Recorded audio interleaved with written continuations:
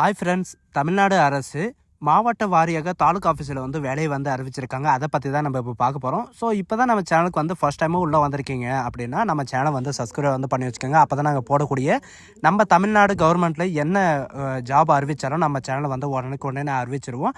அதனால் நம்ம சேனலை பின்தொடர்ந்துட்டுருங்க. ஸோ கைஸ், கீழே டிஸ்கிரிப்ஷனில் இருக்கிற லிங்க்கை நீங்கள் கிளிக் பண்ணவே போதும், டேரெக்டாக இந்த பேஜுக்கு வந்துடுவீங்க. ஹாய் கைஸ், நீங்கள் இந்த கீழே டிஸ்கிரிப்ஷனில் இருக்கிற லிங்க்கை நீங்கள் கிளிக் பண்ண உடனே டேரெக்டாக இந்த பேஜுக்கு தான் நீங்கள் வருவீங்க. இது தென்காசி மாவட்டத்தில் பார்த்தீங்கன்னா இந்த நோட்டிஃபிகேஷன் அறிவிச்சிருக்காங்க. சரிங்களா? இதில் நோட்டிஃபிகேஷன் இந்த சைடில் கொடுத்துருப்பாங்க. இந்த நோட்டீஸ் அப்படின்னு இருக்கும். அந்த நோட்டீஸ்ன்றதை நீங்கள் கிளிக் பண்ணவே போதும்.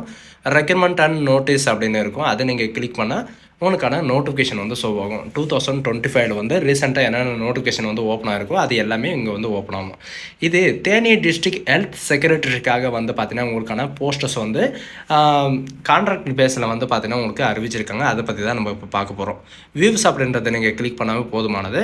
டேரெக்டாக இந்த மாதிரி தான் ஓப்பன் ஆகும். சரிங்களா? Public health and provision medicines district health செக்ரட்டரிக்கான நோட்டிஃபிகேஷன் இது தான். சரிங்களா? இது பார்த்தீங்கன்னா தேனி மாவட்டத்தில் கொடுத்துருக்கிறதுனால நீங்கள் தேனி மாவட்டத்தில் இருக்கிற மட்டும்தான் நீங்கள் அப்படியே பண்ண முடியும். அப்படியே அப்ளிகேஷன் சப்மிட் பண்ணுறதுக்கான டேட்டு பார்த்தீங்கன்னா 24/11/2025. சரிங்களா? இந்த மாதம் 24ஆம் தேதி வரைக்கும் நீங்கள் ஆன்லைன் மூலமாக ஆஃப்லைன் மூலமாக நீங்கள் அப்படியே பண்ணிக்கலாம். அண்ட் இம்பார்ட்டன்ட் நோட்ஸ் பார்த்தீங்கன்னா என்னென்ன கொடுத்துருக்காங்க அப்படின்னு பார்த்தீங்கன்னா போஸ்ட்டோட நேம் பார்த்தீங்கன்னா நீங்கள் அப்ளிகேஷனில் கண்டிப்பாக நீங்கள் மென்ஷன் பண்ணணும். அண்டு அப்ளை பண்ணுறதுக்கு முன்னாடி பார்த்தீங்கன்னா நீங்கள் எடுத்தல் திருத்தல் எதுவுமே இல்லாமல் நீங்கள் அனுப்பி ஆகணும் அப்படின்றதையும் மென்ஷன் பண்ணியிருக்காங்க. இதில் நிறைய விதமான போஸ்டர்ஸ் இருக்குது. அது என்ன அப்படின்றத இப்போ பார்க்கலாம். ஜூனியர் அசிஸ்டண்ட் அண்டு கம்ப்யூட்டர் அசிஸ்டண்ட்டுக்காக பார்த்தீங்கன்னா உங்களுக்கு 4 வேகன்சிஸ் கொடுத்துருக்காங்க.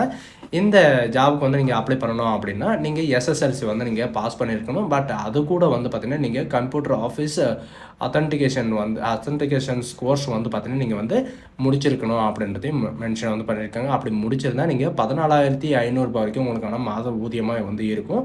அண்டு நர்சிங் தெரபிஸ்ட்டுக்கும் அண்டு தெரபிஸ்ட் அசிஸ்டண்ட்டுக்கும் பார்த்தீங்கன்னா உங்களுக்கு 19 வேகன்சிஸ் இருக்குது. இதில் டிப்ளமோ இன் நர்சிங் தெரப்பி நீங்கள் முடிச்சிருக்கீங்க, அதாவது டிப்ளமோவில் நர்சிங் தெரப்பி முடிச்சிருக்கீங்க அப்படின்னா நீங்கள் அப்படியே பண்ணிக்கலாம். மாதம் ஊதியமாக 13,000 வரைக்கும் பர் மந்த் சேலரி இருக்கும். அண்டு பார்மசிஸ்ட்காக பார்த்தீங்கன்னா அதான் இந்த மருத்துவம் எல்லாம் வழங்குவாங்க, மருந்து எல்லாம் வழங்குறதுக்காக பார்மசிஸ்ட்டுக்காக பார்த்தீங்கன்னா உங்களுக்கு 3 வேகன்சி இருக்குது. இது டிப்ளமோ பார்மசி சித்தா நீங்கள் படிச்சிருந்தாலும் okay, diploma in integrated pharmacy நீங்கள் முடிச்சிருந்தாலும் நீங்கள் அப்படி பண்ணிக்கலாம். மாதந்தோறும் 15,000 வரைக்கும் உங்களுக்கான சேலரி இருக்கும். அண்ட் லேப் டெக்னீஷியன்ஸை பொறுத்த வரைக்கும் பார்த்தீங்கன்னா 2 காலி பணியிடம் இருக்குது. Diploma in mechanical lab technicians grade 2 நீங்கள் கம்ப்ளீட் பண்ணியிருந்தால் நீங்கள் அப்படி பண்ணிக்கலாம். டிப்ளமோவில் மெக்கானிக்கல் மெடிக்கல் லேப் டெக்னீஷியன்ஸ் நீங்கள் முடிச்சிருந்தால் அப்படி பண்ணிக்கலாம். 13,000 வரைக்கும் உங்களுக்கு மாத ஊதியமாக இருக்கும். மல்டி பர்பஸ் ஒர்க்கருக்காக 29 வேகன்சிஸ் இருக்குது. இந்த பதவிக்கு நீங்கள் 8ஆம் வகுப்பு தேர்ச்சி பெற்றிருந்தாலே போதுமானது. 8,950 வரைக்கும் உங்களுக்கான சேலரி பர் மந்த் சேலரி இருக்கும். இவ்வளோ தானே சார் சேலரி அப்படின்னு வந்தால் எஜுகேஷன் அண்ட் குவாலிஃபிகேஷன் தகுந்த மாதிரி தான் உங்களுக்கான சேலரி இருக்கும். இப்போது யோகாக்காக நீங்கள் அப்ளை பண்ணுறீங்க, கவர்மெண்ட் ஹாஸ்பிட்டலில் தான் உங்களுக்கான போஸ்டிங் இருக்கும். ஒரு வேகன்சிஸ் இருக்குது. ஏதாவது ஒரு டிகிரி நீங்கள் முடிச்சிருக்கணும். சரிங்களா? BNYSல நீங்கள் டிகிரி கம்ப்ளீட் பண்ணியிருந்தீங்கன்னா நீங்கள் அப்படியே பண்ணிக்கலாம். 40,000 வரைக்கும் உங்களுக்கான மாத சம்பளமாக இருக்கும். மல்டி பர்பஸ் ஹாஸ்பிட்டல் ஒர்க்கருக்காக நீங்கள் அப்ளை பண்ணுறீங்க அப்படின்னா நீங்கள் 8ஆம் வகுப்பு தேர்ச்சி பெற்றிருந்தாலே போதுமானது. 10,000 வரைக்கும் உங்களுக்கான மாத சம்பளமாக இருக்கும். அண்ட் அதுக்கப்புறம் பார்த்தீங்கன்னா கன்சல்டன்ட் யோகா கன்சல்டன்ட்டுக்காக பார்த்தீங்கன்னா உங்களுக்கு ஒரு வேகன்சிஸ் இருக்குது.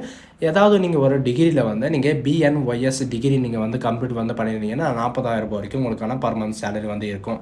அண்ட் மல்டி பர்பஸ் ஹாஸ்பிட்டல் ஒர்க்கருக்காக பார்த்தீங்கன்னா உங்களுக்கு 8ஆம் வகுப்பு தேர்ச்சி பெற்றிருந்தாலே போதும். 10,000 வரைக்கும் உங்களுக்கான மாத ஊதியமாக இருக்கும். தெரபிஸ்ட்டுக்கும் அதே மாதிரி தான். மேலுக்கு ஒரு வேக்கன்சியும் ஃபீமேலுக்கு ஒரு வேக்கன்சியும் நீங்கள் கொடுத்துருக்காங்க. அண்ட் டிப்ளமோவில் பார்த்தீங்கன்னா நர்சிங் தெரபிஸ்ட் நீங்கள் முடிச்சிருந்தால் மாதந்தோறும் 15,000 உங்களுக்கு சேலரி இருக்கும். மல்டிபர்பஸ் வந்து பார்த்தீங்கன்னா நீங்கள் 8ஆம் வகுப்பு தேர்ச்சி பெற்றிருந்தாலே போதும். அண்ட் தெரபிஸ்ட் அசிஸ்டண்ட்டுக்காக நீங்கள் வந்து அப்ளை பண்ணுறீங்க அப்படின்னா டிப்ளமோ இன் நர்சிங் தெரபிஸ்ட் வந்து நீங்கள் முடிச்சிருந்தா தெரப்பி வந்து முடிச்சிருந்தாலே நீங்கள் வந்து அப்ளை வந்து பண்ணிக்கலாம். மாதந்தோறும் 15,000 வரைக்கும் உங்களுக்கு மாத ஊதியமாக இருக்கும். சரிங்களா? இதே மாதிரி தான் ஒவ்வொரு வேக்கன்சிக்கும் வந்து பார்த்தீங்கன்னா உங்களுக்கு ஒவ்வொரு சேலரி வந்து இருக்கும். அண்ட் சித்தா டாக்டருக்கான எம்பிபிஎஸ்க்கான வேக்கன்சிஸும் வந்து கொடுத்துருக்காங்க. எம்டி சித்தா நீங்கள் முடிச்சிருந்தீங்கன்னா 60,000 உங்களுக்கான சேலரி வந்து இருக்கும். அண்டு யோகா ப்ரொஃபஷனலுக்காக வந்து பார்த்தீங்கன்னா நீங்கள் டிகிரியில் வந்து பிஎன்ஒய்எஸ் நீங்கள் முடிச்சிருந்தீங்கன்னா 28,000 மாத ஊதியமாக இருக்கும். அண்ட் டிப்ளமோ ஃபார்மசி நீங்கள் முடிச்சிருந்தீங்கன்னா 20,000 உங்களுக்கான சேலரி.